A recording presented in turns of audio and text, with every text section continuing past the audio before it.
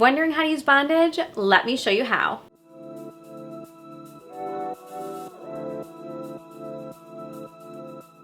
All of our bonds are flexible bond here at Lashify, which means that they're going to move freely with your natural lash while you wear them, making sure that there's zero damage.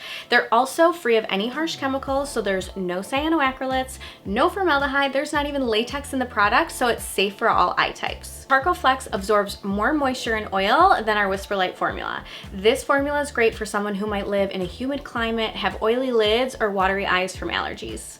It's also anti-microbial and antibacterial.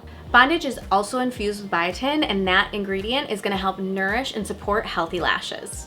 The applicator on Bondage is also unique because it has 2 different types of bristles which allow for precise application. For my first layer of bond, I'm going to use the micro mascara side of my applicator to brush a thin coat from root to tip right onto my natural lash. Then I'm going to take my blow for about 15 seconds to let it get tacky. Once my lashes are tacky, I'm going to flip my applicator over using the wide tooth comb side and press that into the base of my natural lash. Then you're going to use the blow tool again to make sure everything's tacky and you're ready to apply.